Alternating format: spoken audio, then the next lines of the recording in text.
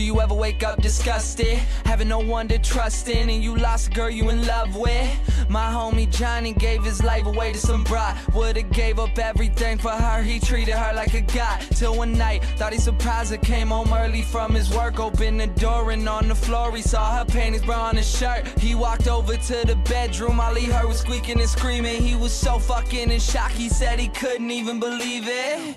He didn't even walk in, just went home, grabbed a fifth of gin. Called me crying, said he was frightened and he wanted the pain to end. I told him chill out, I'll be there soon. But by the time that I got there, people were in the streets, there were some ambulances and cops there.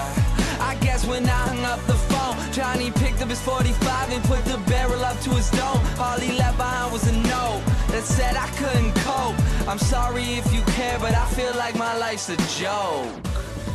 Up on a hill across the blue lake, that's where I had my first heartbreak. I still remember how it all changed.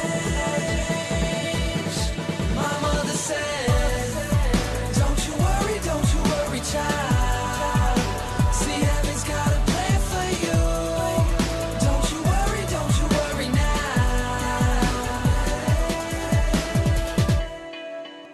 Now Julie lived down the street. She wasn't always accepted, she was a little bit unique.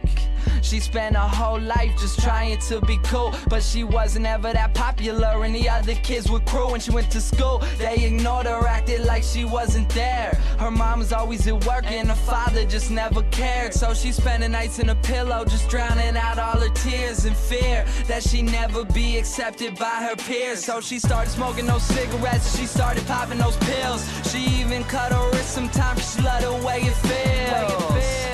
Started wearing long sleeves to cover the scars.